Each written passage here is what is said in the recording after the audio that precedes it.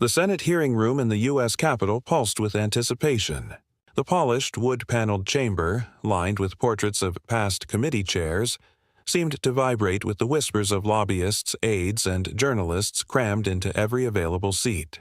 The sharp crack of the gavel silenced the low hum, signaling the beginning of a Judiciary Committee session that was already being hailed as one of the most consequential of the year.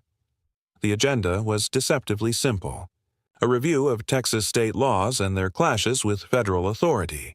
But beneath that procedural title lay the combustible subjects of abortion rights and immigration enforcement, two of the most divisive issues in modern American politics. The timing, so close to election season, only heightened the stakes. At the dais, Chairman Lindsey Graham leaned into the microphone. His southern drawl sliced through the quiet. "This committee will come to order." His eyes scanned the chamber, settling briefly on the day's star witness. Representative Jasmine Crockett of Dallas, a freshman, Democrat already known nationwide for her fiery advocacy and no-nonsense takedowns, adjusted the lapel of her navy suit and straightened the stack of notes before her. She exuded calm defiance even as the cameras zoomed in. Behind her, the packed gallery leaned forward, sensing history in the making. Prominently seated was Senator Ted Cruz, his trademark smirk in place, a thick binder at his elbow. He had already taken to the airwaves that week, dismissing Crockett as all theatrics, no substance, and now sat eager to spar under the bright lights of C-SPAN. After a formal introduction, Jasmine began her opening statement. Her voice, steady yet passionate, filled the chamber. She spoke not in abstractions but in names and faces. Women in Texas denied life-saving care, families torn apart at the border.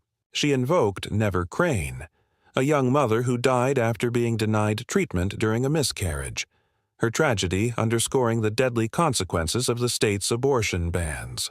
The words sent a ripple through the gallery. Progressive senators like Dick Durbin leaned forward, nodding solemnly, while staffers furiously jotted notes. Cameras captured every flicker of emotion: gasps, tears, clenched jaws. The chamber was alive. Then, the first interruption. Ted Cruz, leaning into his microphone, spoke with clipped certainty. "Representative, with all due respect, you're ignoring the will of Texas voters. They chose these protections. That isn't hypocrisy, it's democracy." The room tightened. Jasmine paused, her eyes narrowing but her composure intact. She replied coolly, "Senator, democracy includes protecting the vulnerable, not endangering them." The audience buzzed. Phones rose subtly to capture the clash. The interruptions came faster now. Cruz accused her of using straw-man arguments and of playing doctor when speaking about maternal mortality. Jasmine fired back that sanctity of life rang hollow when women were dying in emergency rooms because of political interference. Each exchange raised the temperature, and the gallery shifted restlessly, some clapping under their breath, others muttering objections.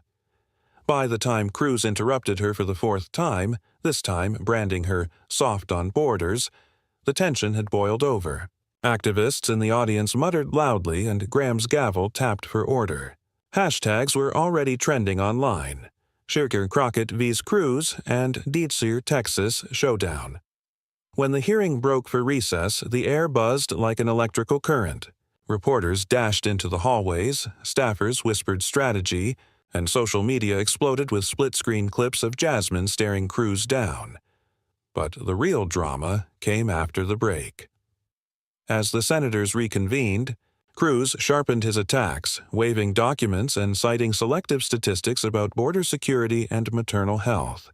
Jasmine refused to back down, her voice rising with righteous conviction. She spoke of doctors paralyzed by fear of prosecution, of families bankrupted by forced birth policies, of immigrant children lost in bureaucratic chaos.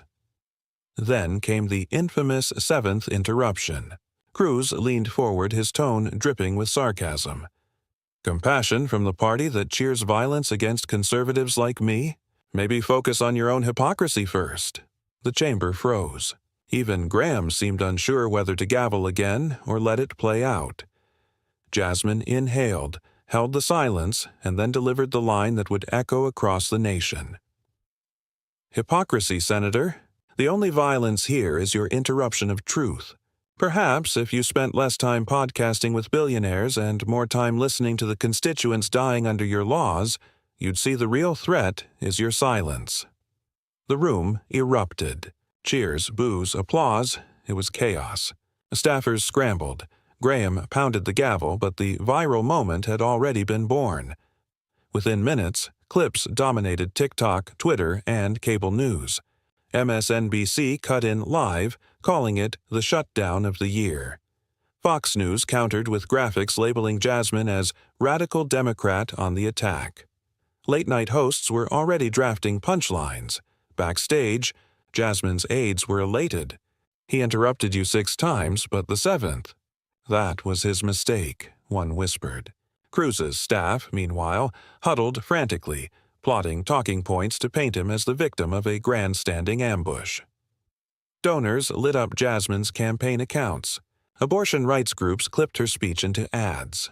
Immigration activists replayed her defense on live streams. Even neutral independents found themselves drawn to her clarity under fire. By the end of the day, the real threat is your silence wasn't just a clapback, it had become a rallying cry. It was memified, remixed into protest chants, even printed on T-shirts overnight. The hearing limped on, with other senators posing policy questions, but the electricity never returned to its earlier charge. Cruz, visibly chastened, avoided direct eye contact with Jasmine. Senators like Elizabeth Warren openly praised her composure, while Republicans like Josh Hawley shook their heads in disapproval. When adjournment finally came, the chamber exhaled like a powder keg after detonation. Jasmine rose gracefully, shaking hands while Cruz lingered, visibly rattled, muttering about media bias to Tom Cotton. Outside, the marble halls of the Capitol rang with clattering footsteps, reporters shouting questions, and the echo of a single viral moment that had already reshaped the political conversation. For days, headlines dissected it, op-eds spun it, podcasts rehashed it. To some, it was proof that fiery truth still had a place in politics. To others, it was theatrics gone too far. But to everyone, it was unforgettable. And in Washington, where interruptions are currency and sound bites are weapons, that was victory enough.